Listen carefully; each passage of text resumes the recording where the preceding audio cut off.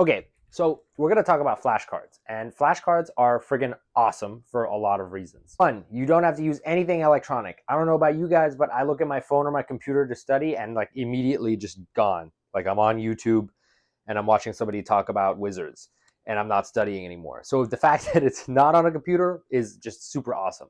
Reason number two is because you have to write them. And I think there's a bunch of studies or somewhere, something that said that when you write stuff, you learn better. So just typing doesn't really work as well, but just writing with a pencils, there's some mental brain Einstein trickery that happens when all of a sudden you learn stuff better when you write stuff. And if you've never tried this, holy crap, it works really well. At least, I mean, I don't know. For me, it works. Number three is the fact that they're portable. So you could be on the train and you're sitting and you got your flashcards. You could be on safari and you're looking around and you need to study. You got your flashcards. You're in the club, you're dancing. You got your flashcards. Okay, reason number four is that you can study with your friends using flashcards. And everybody always tells you, oh, you should study with your friends. Study sessions are so great, blah, blah, blah, blah, blah. But how on earth are you supposed to organize that freaking study session? Nobody ever talks about that. What, are you supposed to just like sit around and read books together? Like, no. Flashcards is one of the ways you can organize a study session. One person reads out flashcards, everybody answers them at a group. You discuss things if you have, different information or different stuff. And if you've never tried this, you should try it. All right, so my first tip is don't use this whole pile to study. Break it down into smaller sections. This might seem obvious, but this is a lot of information and it's very unapproachable. Whereas a smaller pile, something like this, maybe 20 cards, is a lot more approachable. How big this pile can be is determined by you and how much information is on the back. If it's not so much information on the back of each flashcard, you could probably do more. But if it's a ton of information, it's not a good idea. All right, so the second piece of advice is when you have that flashcard that you don't know yet, don't put that flashcard all the way in the back. Put it just a couple of cards back so that you're going to see it more regularly. If this is a pile where you really don't know anything yet, you might have a situation where you're just flipping through the first couple flashcards over and over and over again until you get them. And that's okay, because at least for me, if you keep putting them to the back, it's just they're gone. And it's hard for your brain to remember them. But once you can get to a flashcard and read all of it in your head or think about all the information in your head without flipping it, that's when you know you can put it to the back of the pile. And once you can do that with this whole small pile, that's when you're done with the small pile and you can move on to the next piece. Then eventually, once you've gotten all those small piles, you do this whole big pile in one, and the same process is happening. So the next piece of advice is that if there's that flashcard you don't know, we're not going to put it all the way to the back. We're going to put a couple flashcards back, but I'm also not just going to read it and place it. I'm going to spend some time with it. I'm going to give it some tender, loving care. I'm going to have all of this information in my head at least once before I'm done with it. So this is an anatomy flashcard. It has an origin, an insertion, an action, and a nerve. And I want to be able to recall all of that in one sitting before I'm done. Now, by the time I get to it again, even a couple flashcards later, it might all be gone. But that's why I'm going to do that over and over and over again until I can recite this in one go. And so that process of not just reading it is really important for me. Now, one of the most difficult things is that, just reading it over and over and trying to put it in your mind, this can be difficult.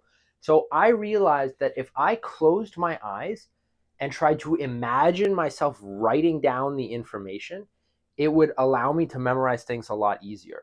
That mind muscle connection to writing that we were talking about earlier really helped me memorize things.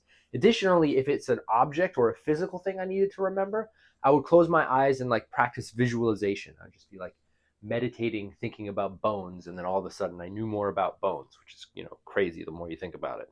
So that was how I was able to actually learn rather than just reading and flipping and wasting my time. All right, so we talked about the visualization, we talked about imagining, writing stuff, we talked about not just reading it, really trying to recall it before we put the flashcard away. But another thing that I would do if I'm struggling is I would give myself hints. So you can see on the front of this flashcard, we have triangular space, which was the original flashcard name.